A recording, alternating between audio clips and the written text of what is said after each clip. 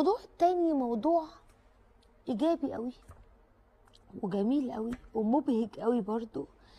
وانا النهارده حابه اتواصل مع الست بنفسي واقول لها احنا خدامينك، انت تأمري، شوفي انت عايزه ايه. ست مسنه بتشيل ابنها اللي عمره 45 سنه، بتشيله على كتفها، بتشيله وبتمشي بيه لانه يا حبيبي هو مريض، ومن هو طفل وهي شايله المسؤوليه دي. وكل ما هي بتكبر في السن هي ما بتكلش ولا بتمل، بتكمل. وفي فيديو هيتعرض قدام حضراتكم اهو زي ما انتوا شايفين الست المسنه شايلاه على ظهرها وماشيه بيه. الست اللي ماشيه دي عايزه اقول لكم ان هي قرابه ال70 سنه، شايله ابنها اللي عنده 45 سنه، شايلاه وماشيه بيه في الشوارع، شايلاه من غير ما تقول انا مالي اعمل ايه، ولا تشتكي ولا بتحكي لحد. بقالها كده كتير جدا جدا لولا اهل الخير اللي صوروها، لان المنظر عجيب. اللي بتبقى شايله بيبي صغير بيبقى ظهرها مكسور وموجوعه ومش قادره، وممكن تفضل تقول للاب شيل معايا حرام عليك انا مش قادره. فتخيلوا الست العظيمه دي شايله ابنها المريض اللي عنده 45 سنه، شايلاه على ظهرها وماشيه بيه. سيبولي الفيديو، سيبولي الفيديو عشان هي دي الستات المصريه الجدعه. الستات على فكره اللي قليل جدا لما تشتكي. فكرة السيدات في مصر ما عندهمش وسيلة الشكوى دي إلا نادرا.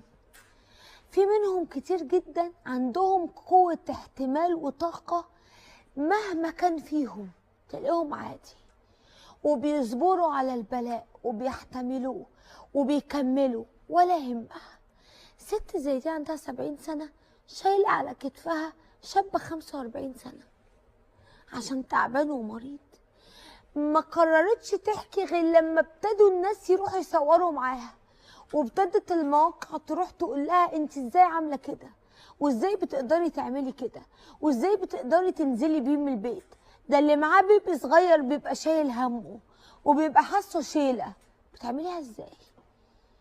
فقررت تحكي مأساتها وتقول قد ايه ان ابنها مريض وانها بتعاني، وان حلمها في كرسي متحرك عشان تقدر تحطه عليه وتمشي بيه وهي رايحه المستشفى بيه عشان ياخد علاجه.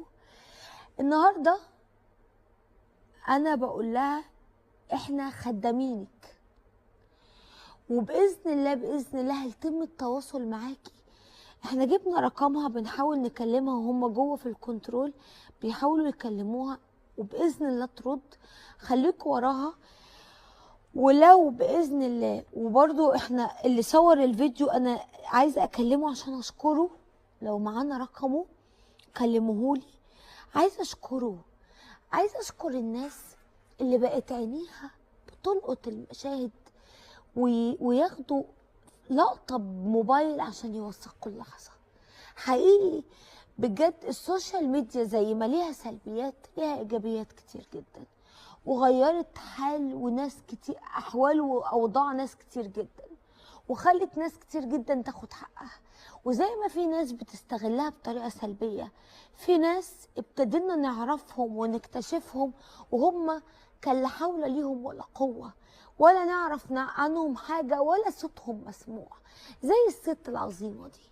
الست دي كانت بتعاني لوحدها بقالها سنين، بقالها سنين بتشيل ابنها اللي عنده 45 سنة اللي هو كان طفل وبقى شاب، وشايلاه لحد دلوقتي ما بتشتكيش.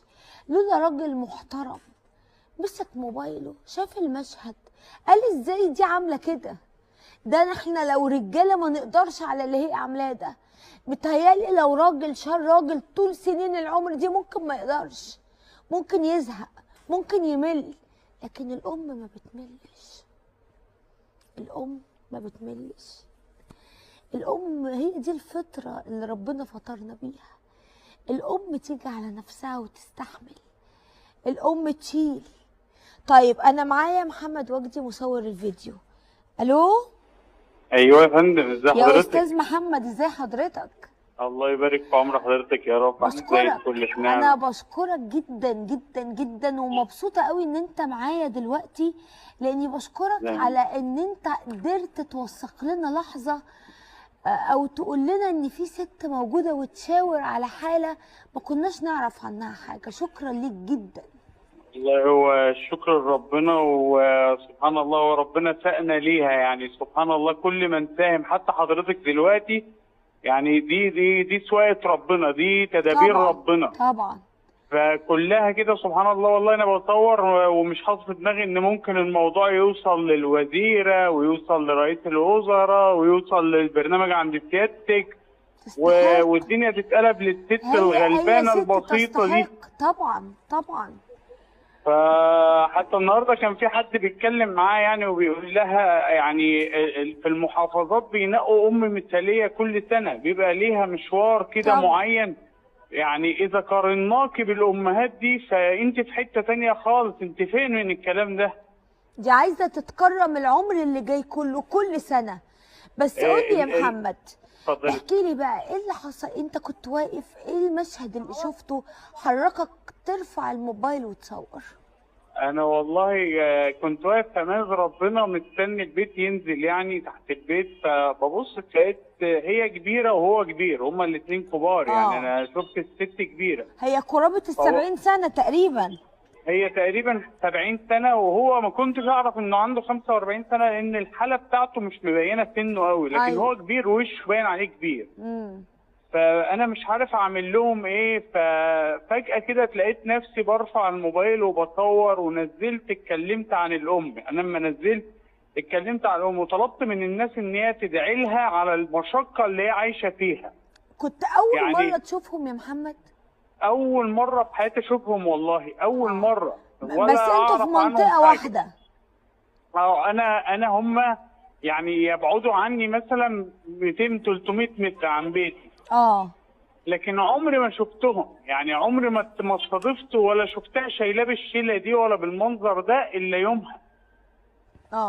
لكن طبعا كان لازم محدش كان من الناس والجيران واخد باله بيتكلم عنها، بيقول الست اللي بتشيل ابنها على كتفها رايحه جايه؟ هقول لسيادتك، انا لما نزلتها طبعا على السوشيال ميديا بصينا لقينا جيرانها بقى دي ام صابرين يا جماعه، ام صابرين دي غلبانه جدا، ام صابرين دي حكايتها كذا، وبدات الناس تتفاعل تتفاعل مع البوست. ايوه تستحق، ايوه مش عارف ايه، ايوه ده شايلاه بقالها. الجميل في الموضوع ان الام دي مش صحتها اصلا مش كامله. أكيد. الست دي شايله ورم من المعده، عامله تحويل مسار، عافانا الله، بتتبرز من جنبها يا حبيبتي بكيس. يا حبيبتي. فتخيلي ان النهارده وخضعت لكيماوي وخضعت سبحان الله ربنا مطول يعني يا حبيبتي هي اللي عايزه اللي يشيلها وعايزه اللي يخدمها. سبحان الله. صح يا فندم. هي يعني ايه، لك ان تتخيلي ان هي محتاجه اللي يرعاها. فطبعا صحيا اصلا سبحان الله ربنا بقى مديها هنا دي يد ربنا. لما توصل للمرحله دي من الصحه المعدمه وعندها عين مش موجوده، عين بيضه خالص لو حضرتك شفتيها، وعندها كانسر، وشايله ابنها بالحجم ده وما قالتش فلا، الست دي في حته ثانيه. وسبحان الله دي مهما سبحان قلنا الله هي والله ما طلبت حاجه. يعني شوفي حضرتك، هي بتقول لك انا بقالي 45 سنه بشيله. هي لو هي حابه يعني لو من زمان قوي حابه شغل الترندات او ليها في الترندات، الست دي كانت عرفت تعمل الترند كويس. طبعا. لكن احنا يعني نحسبهم اغنياء من التعفف. لسه هقول لك. وانا بشكرك يا محمد، شكرا جزيلا. ده انا اللي شكرا لكل الناس اللي اتصلوا معاها، ويا ريت دايما نسلط الضوء على الناس دي. يعني مهما قلت لك مش هنوفيك حق، لان ربنا جعلك سبب، ودايما يا رب تكون سبب في الخير. وانت وغيرك يا رب، انت وغيرك تكون سبب في الخير. لان بجد الناس المحترمه، الست دي ولا عايزة ترند زي ما هو ذكر، ولا جريت ورا ترند. ست تعبانة، ست مريضة، ورغم ذلك ربنا كان بيقدرها عشان تشيل ضناها على ظهرها وتمشي بيه. والناس يمكن اعتادوا المشهد، او الناس اللي حواليها محدش كان شايفه مشهد غريب، لحد ما ربنا سبب الاسباب. جاء الراجل يبقى واقف في الشارع يشوف ست شايله حد على كتفها، باين انه راجل كبير. عاملاها ازاي؟ مش تعبانه؟ لا تعبانه، لا طالع عيني، لا انا بغسل، عندها مشكله وهي كمان مريضه ومحوله مسار وكان عندها ورم، ورغم ذلك ربنا كان بيقويها. ودلوقتي الدنيا كلها اتقلبت عشانها، والدنيا كلها عايزه تخدمها، والدنيا كلها عايزه تقول لها احنا تحت امرك. وانا اول حد بقولك انا تحت امرك، وكلنا تحت امرك.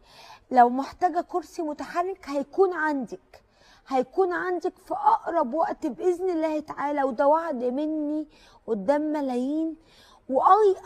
يعني لو حاجه تاني، او اي حد دلوقتي شايف انها محتاجه حاجه تاني، اي حاجه ليها علاقه بالصحه